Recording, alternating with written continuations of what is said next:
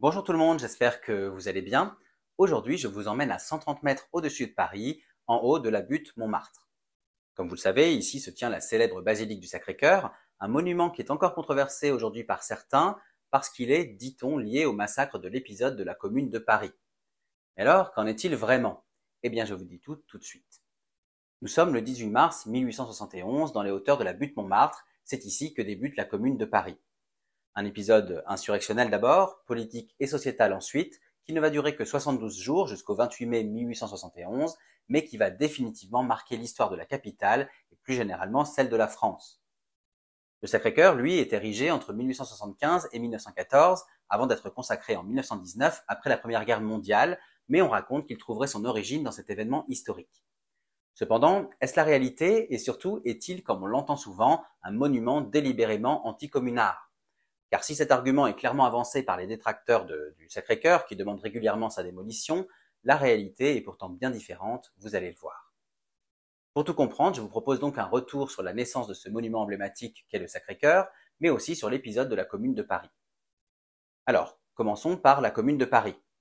Tout commence par l'enlisement de la France de Napoléon III dans la guerre qu'il mène à la Prusse de Bismarck à partir du 19 juillet 1870.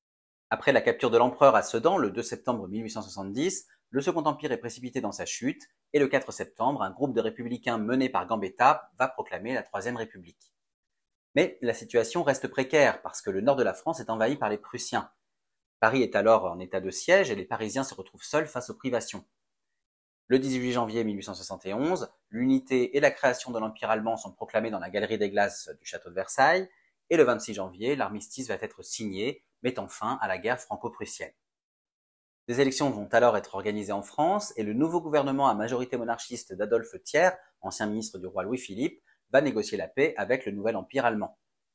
Les conséquences sont dures pour la France, elle doit payer cher, et surtout, elle doit abandonner l'Alsace et une partie de la Lorraine. En parallèle, Paris et ses 2 millions d'habitants républicains, qui se sont battus et ont souffert du siège de la capitale, refusent la défaite et la paix qu'ils jugent humiliantes. Le 17 mars 1871, le gouvernement, qu'on qualifie alors de versaillais, puisqu'il a quitté Paris pour Versailles face aux tensions parisiennes, eh bien, ce gouvernement va décider de retirer les canons de la garde nationale qui étaient situés tout autour de Paris, et notamment sur la butte Montmartre. Pour les Parisiens, c'est la preuve de l'acceptation des conditions allemandes.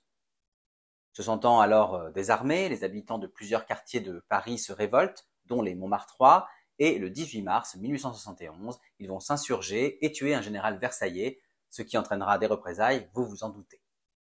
C'est donc là le début de l'épisode de la Commune de Paris.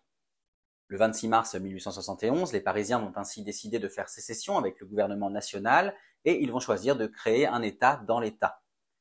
Un conseil de la Commune de Paris est alors élu, un conseil qui va former un contre-gouvernement composé de républicains et d'ouvriers. Les communards, comme on les appelle alors, sont influencés par la Première République, vous savez, ce régime politique né de la Révolution française qui se tient entre septembre 1792 et mai 1804. Ils vont être aussi influencés, ces communards, par les idées nouvelles issues des thèses socialistes et anarchistes, et donc, emmenés par ces nouvelles idées, ils veulent reconquérir la capitale et ils prônent une démocratie directe, une démocratie où le peuple décide par opposition à un régime représentatif où les élus de l'Assemblée nationale proposent et votent les lois. Issue d'un mouvement populaire, la commune s'organise pour améliorer les conditions des prolétaires et gagner en égalité. Les 72 journées de la commune seront en effet très productives en termes de législation, avec des avancées notables en termes d'idées égalitaires. Par exemple, la démocratie directe avec suffrage universel direct masculin, instauration comme sous la Révolution du droit à l'insurrection, anticléricalisme et séparation de l'Église et de l'État, ouverture de la nationalité aux étrangers, instauration d'un nouveau drapeau rouge, annulation ou allongement des délais de paiement des dettes et des loyers, création de coopératives et d'entreprises autogérées par les ouvriers, émancipation des femmes et travail sur l'égalité des salaires, réaffirmation de la liberté de la presse, etc., etc. Cependant, la situation va évoluer et tout va changer quand le 21 mai 1871, le gouvernement versaillais décide de reconquérir Paris.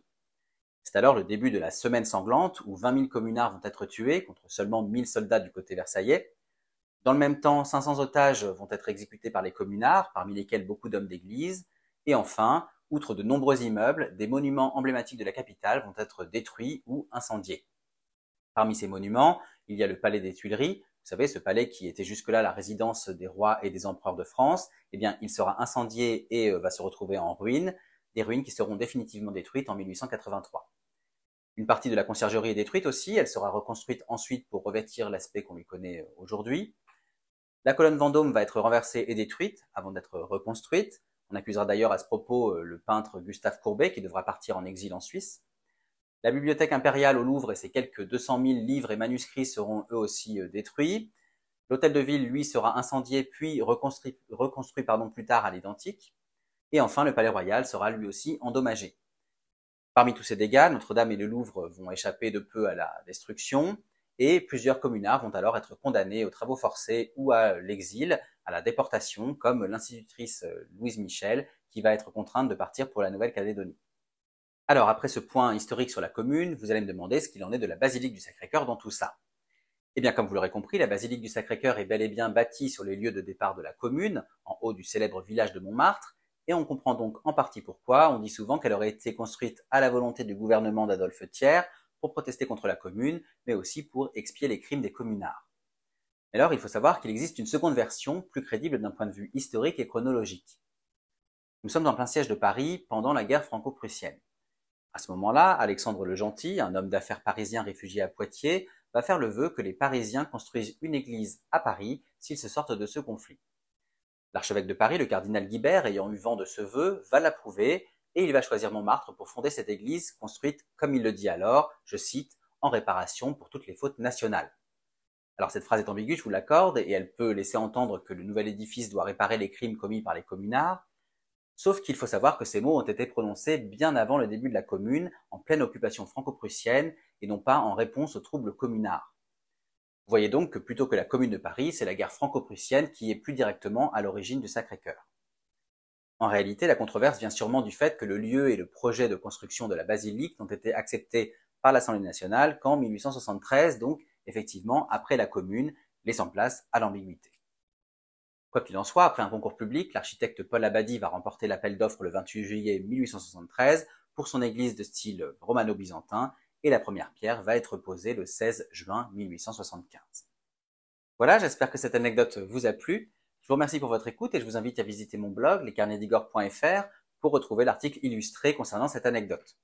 N'hésitez pas également à vous balader sur ce blog pour retrouver d'autres anecdotes et d'autres visites de mes lieux historiques et culturels favoris à travers les articles et les podcasts dédiés. Vous pourrez notamment retrouver l'article et le podcast qui relatent l'histoire et la visite que j'ai faite de Montmartre et du Sacré-Cœur. Et enfin, vous pouvez me suivre sur Facebook, Instagram, TikTok et YouTube pour retrouver toutes mes actualités en photo et en vidéo. Et je vous dis bien sûr à très bientôt pour d'autres aventures, d'autres anecdotes et d'autres visites.